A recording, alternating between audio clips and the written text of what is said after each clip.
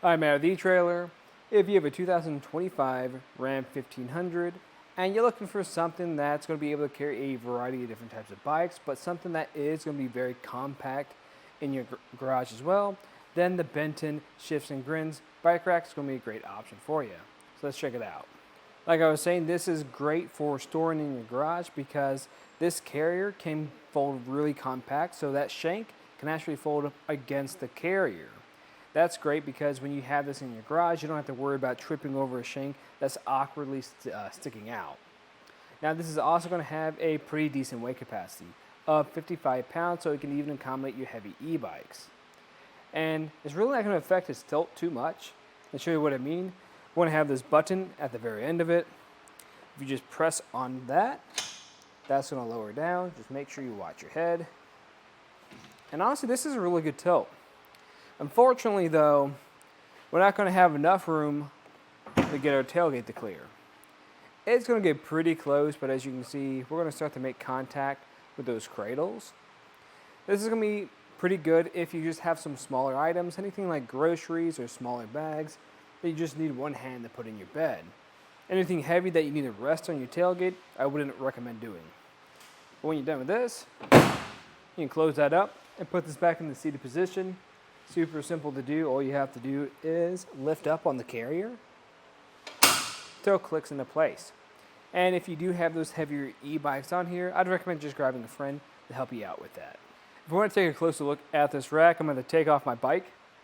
So I'm going to start with this rear strap, just pressing this button and releasing it. I like this because this is a pretty loose strap.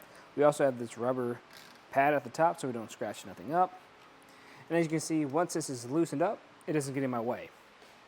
Now I'm going to do the same thing on the front side, removing this front strap and tucking that away.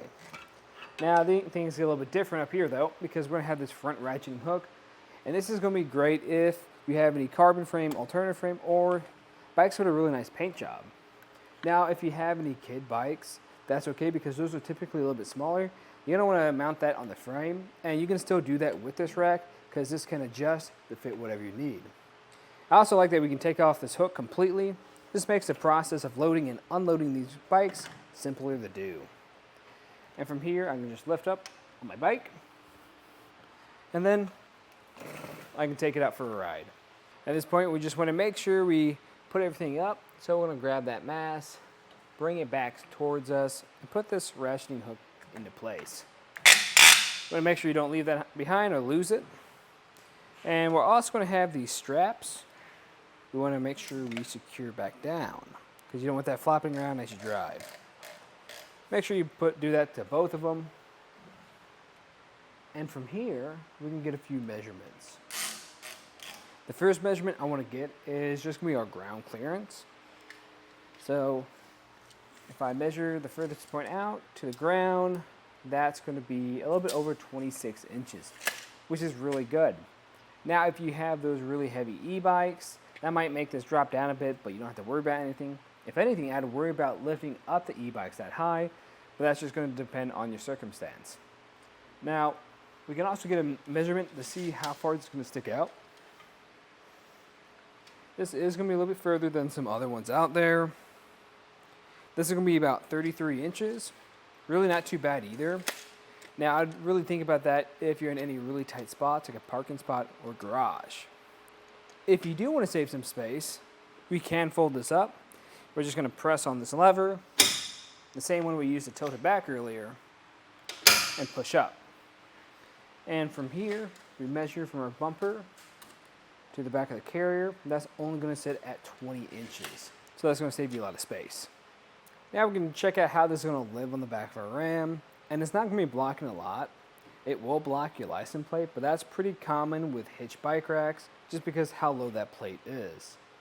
As for your backup camera, this will pick it up, and it might obstruct the bottom part, but you will still be able to see out of your backup camera majority. And as for your taillights and back window, that won't be obstructed at all. And the way this is going to install is we're going to have this 2-inch shank that goes into this 2-inch hitch receiver. I'd also like to point out this collar we have here.